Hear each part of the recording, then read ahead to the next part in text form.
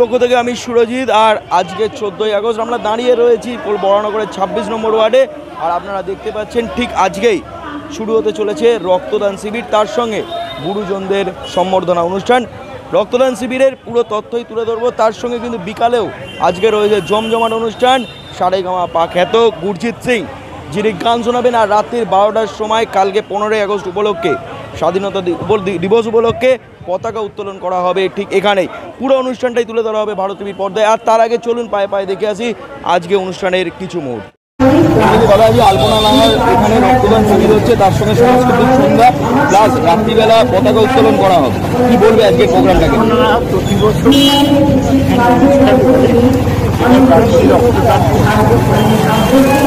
নিষ্ঠা আছে, ভালোভাবে ভীষণভাবে। কেমন আছো? ভালো আছি, তোমাদের সবার ভালোবাসা শুভেচ্ছা অবশ্যই ভালো আছে। বলবো আজকে তো তোমার একদিকে রক্তদান শিবির, তার সঙ্গে বয়স্ক মানুষদের সম্বর্ধনা অনুষ্ঠান, আবার রাত্রিবেলা ঠিক 12টার সময় তুমি পতাকা উত্তোলন করছো 15ই আগস্টের উপলক্ষে। পুরো প্রোগ্রামটা যদি একটু ছোট করে বলো। আমরা তো 2010 সাল থেকেই আমাদের তৃণমূল কংগ্রেসের পৌর বোর্ড গঠন হবার পর থেকেই আমি আমাদের এই 26 নম্বর ওয়ার্ডে প্রাক স্বাধীনতা দিবস এবং স্বাধীনতা দিবস পালন করে চলেছি, আজকের ডেট পর্যন্ত। যাই হোক, আর আজকে তো সকালবেলা থেকে আমি নতুন এবার সংযোজন করেছি রক্তদান শিবির 14ই আগস্ট। আমাদের ওয়ার্ডে অন্য সময় রক্তদান শিবির করি আমরা, কিন্তু আজকে আমরা ভাবলাম যে প্রাক স্বাধীনতা দিবসের প্রাক্কালে আমরা রক্তদান শিবির করব। আর দেশের স্বাধীনতার জন্য যারা রক্ত দিয়ে গেছে, রক্তদানের মাধ্যমেই আমাদের দেশ ভারতবর্ষ স্বাধীন হয়েছিল 1947 সালে 15ই আগস্ট। সেই কথাটা তো আমরা এখনও ভুলতে পারি না। তাই আমরাও রক্তদানের মাধ্যমে, হানাহানি নয়, সংঘর্ষ নয়, মারামারি নয়, সেইভাবে রক্তপাত নয়, সেই রক্তপাতে আমরা ঘৃণা করি আর সমাজকে কলুষিত করে সেই রক্তপাত। আমরা তাই রক্তদানের মাধ্যমে মুমূর্ষু রোগীকে বাঁচাবার জন্য, অসহায় রোগীর পাশে দাঁড়াবার জন্য আমরা আজকে রক্তদান শিবিরের আয়োজন করেছি। এরই পাশাপাশি আমরা বয়স্ক মানুষ এবং গুণীজনদের সম্বর্ধনা দিয়েছি, কন্যাশ্রী দিবস পালন করেছি এবং সন্ধ্যাবেলাও আমাদের কিছু কন্যাশ্রী দিবসের আমাদের অনুষ্ঠান আছে। আর সন্ধ্যাবেলা সাংস্কৃতিক অনুষ্ঠান আছে, তারপরে আমাদের 12টা একে পতাকা উত্তোলন আছে। পতাকা উত্তোলনের মাধ্যমে আজকে তারপরে আমাদের প্রোগ্রাম শেষ হবে। সারাটা দিনে আজকে আমাদের অনুষ্ঠান আছে, কর্মসূচি আছে, বিভিন্ন কর্মসূচি। অবশ্যই আমাদের ওয়ার্ডের মানুষ এবং বরানগরের পার্শ্ববর্তী অঞ্চলের মানুষকে নিয়ে। আমি বেশি দূরে যাই না, আমি আমার নিকট যারা থাকে, আমার ওয়ার্ড বলুন, আমার পার্শ্ববর্তী ওয়ার্ডে যারা আছে, তাদের সবাইকে ডেকে আমি প্রোগ্রামগুলো করি। বলবো যে কার্যত প্রথম রক্তদান শিবির শুরু করার পরও অলরেডি 50+ মানুষ রক্ত দিয়ে দিয়েছে, আর বাইরে ঠিক ঠিক করছে ভিড়। কি বলবে যারা তোমার ওপর আস্থা রেখে আজকে রক্তদান শিবিরে যোগদান করেছে? আমার কাছে এটা ভালো লাগার কি ভালো জিনিস জানো তো, আমি 2000 সালে এই ওয়ার্ডে প্রথম কন্টেস্ট করে তৃণমূল কংগ্রেসের প্রথম টিকিটে আমি জয়ী হয়েছিলাম, মানুষের আশীর্বাদ, মানুষের শুভেচ্ছা নিয়ে। তখন জানো 2000 সাল কি একটা ভয়াবহ, আমি বলছি না রাজনীতির কথায় আসছি না, 2000 সালটা তখন ভয়াবহ একটা বিভীষিকা সেই বছরগুলো ছিল। মার্ক্সবাদী কমিউনিস্ট পার্টি যারা নেতৃত্ব দিতেন, যারা নাকি নির্বাচনটা পরিচালনা করতো, তাদের তো তোমরা তো নিশ্চয়ই জানো তারা কি করতো। ভোটের দিনটা, ডে অফ ইলেকশনের দিন তারা কি করতো, তছনছ করে দিত, মানুষের গণতান্ত্রিক অধিকারকে প্রয়োগ করতে দিত না।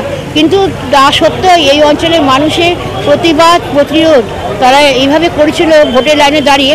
আমি তাদের মানুষের আশীর্বাদ এবং শুভেচ্ছা আমি জয়ী হয়েছিলাম 2000। সেই থেকে আমার পথ চলা শুরু। তার আগেই আমি রাজনীতিতে নেমেছি, তৃণমূল কংগ্রেসের প্রথম দিন থেকে আমি দলের সঙ্গে আছি। আর আমার দীর্ঘ বছর হয়ে গেল। আর এত মানুষ আছে, এত ভালোবাসা, শুভেচ্ছা, সিনিয়র মানুষরা আছেন। আর আমি একটু চুপচাপ থাকি, কথা কম বলি, সেটা তোমরা নিশ্চয়ই জানো। আমি বেশি নিজেকে মেলে ধরি না, আমি একটু চুপচাপই কাজ করতে ভালোবাসি। এই অঞ্চলের মানুষকে নিয়ে, ওয়ার্ডের মানুষকে নিয়ে প্রত্যেকটি ক্লাব সংগঠন আমার পাশে আছে এই ওয়ার্ডে। আর সবথেকে ভালো লাগার বিষয়, আমরা ধরো একটি পৌর প্রতিনিধি, আমরা তো একটা রাজনৈতিক দলের সঙ্গে যুক্ত। রাজনৈতিক দল যে আমরা তৃণমূল কংগ্রেস করি, তৃণমূল কংগ্রেস দল যাতে আমাদের নির্বাচনের সময় আমার ওয়ার্ড থেকে, আমি যে ওয়ার্ডে প্রতিনিধিত্ব করছি, দল আমাকে টিকিট দিচ্ছে আস্থা রেখে, দলের টিকিটে আমি মানুষের শুভেচ্ছা এবং গণতান্ত্রিক অধিকারের মধ্যে জয়ী হচ্ছি। আমার কর্তব্য হচ্ছে যে আমাদের যারা প্রার্থী দাঁড়ান, তৃণমূল কংগ্রেসের প্রার্থী বলো, তোমাদের বিধানসভা বলো, লোকসভা বলো, তাদেরকে ভোটে আমাদের ভালো ভোটে জয়ী করা হচ্ছে আমার প্রধান লক্ষ্য। আর সেটা আমার ধারাবাহিকভাবে আমাদের ওয়ার্ড থেকে হচ্ছে, অবশ্যই মানুষের গণতান্ত্রিক রায়ের মাধ্যমে। সেটা আমার ক্রেডিট না, এটা আছে 26 নম্বর ওয়ার্ডের মানুষের ক্রেডিট। তাদেরকে আমি সবসময় আমি কৃতজ্ঞতা জানাই, তারা সবসময় আমার পাশে আছেন বলে কৃতজ্ঞতা জানাই। আর তোমরা ওয়ার্ড দেখলে নিশ্চয়ই বুঝতে পারছো যে আমি রক্তদান শিবিরটা কয়েকদিনের নোটিশে করেছি, আমি কিন্তু বেশি জানাইও নি, বেশি দিনের নোটিশে না। আমার হঠাৎ করে মনে হলো যে আজকে আমি রক্তদান শিবির করবো, তাই আমাদের কর্মীদের নিয়ে একটা আলোচনা করে আয়োজন করলাম। তার মধ্যে তো মানুষ যারা স্বেচ্ছায় রক্ত দিচ্ছে, ভালোবেসে রক্ত দিচ্ছে, আমরা কোনো গিফট দিচ্ছি না, কিছু না, ভালোবাসায় ওরা এসছে এখানে। লাস্ট প্রশ্ন করবো, সাধারণ মানুষের জন্য কি বার্তা দেবে আজকের দিনে দাঁড়িয়ে? আজকে প্রাক স্বাধীনতা দিবসের দিনে দাঁড়িয়ে অবশ্যই মানুষকে বার্তা দেবো। আমি একজন ক্ষুদ্র মানুষ, ওই কথা, আমি একজন সাধারণ মানুষ, আমরা গ্রাসরুট লেভেলে প্রতিনিধিত্ব করি। আমরা আজকে বার্তা দেবো যে প্রাক স্বাধীনতা দিবসের প্রাককালে দাঁড়িয়ে বার্তা দেবো মানুষ যাতে ভালো থাকে, শান্তিতে থাকে এবং সমাজটাকে সুস্থ রাখতে হবে। কিন্তু একটা অস্থিরতা সৃষ্টি হয়েছে আমাদের বর্তমানে আমাদের সমগ্র আমি বলবো কলকাতা বলো পশ্চিমবঙ্গ জুড়ে একটা অস্থিরতা সৃষ্টি হয়েছে। আমি বলছি যে যারা দোষ করেছে, অবশ্যই আরজিকর কারণে যারা দোষ করেছে, দোষীরা যেন উপযুক্ত শাস্তি পায়, সেটা মাননীয় মুখ্যমন্ত্রী কিন্তু প্রথম দিনই ঘোষণা করে দিয়েছেন। আর তিনি কিন্তু তৎপর যেভাবে নাকি আপনারা জানেন যে দোষী যিনি নাকি দোষী যারা দোষী আমি বলতে চাইছি না, আমি কোনো বিতর্ক করতে চাইছি না। পুলিশের চোখে যিনি নাকি এখন পর্যন্ত দোষী আছে তাকে কিন্তু অ্যারেস্ট করা হচ্ছে। আর আমাদের মাননীয় মুখ্যমন্ত্রী সবসময় বলেন, মমতা ব্যানার্জি সবসময় বলে, যারা দোষ করবে তাদের কিন্তু কোনো রেহাই দেওয়া যাবে না, তাদেরকে অবশ্যই তাদেরকে শাস্তি দিতে হবে। তাদেরকে কোনো মাথায় তুলে নাচতে চলবে না, কেউ করেও না, এসব মাথায় তুলে নাচানাচি কেউ করে না।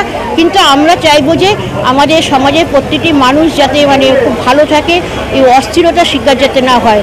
দোষীরা দোষ করলে তাদের অবশ্যই তাদেরকে শাস্তি কঠোরতম শাস্তির ব্যবস্থা নিশ্চয়ই করবে, বিচার ব্যবস্থা নিশ্চয়ই করবে। বিচার ব্যবস্থা বলতে আমাদের আস্থা আছে, তাই সকলকে বলবো যে আপনারা ধৈর্য ধরুন, আপনারা আমাদের সমাজকে অস্থিরতার সৃষ্টি করবেন না। আমাদের প্রত্যেকটি মানুষের প্রতি সমবেদনা এবং সহমর্মিতা আছে আমাদের।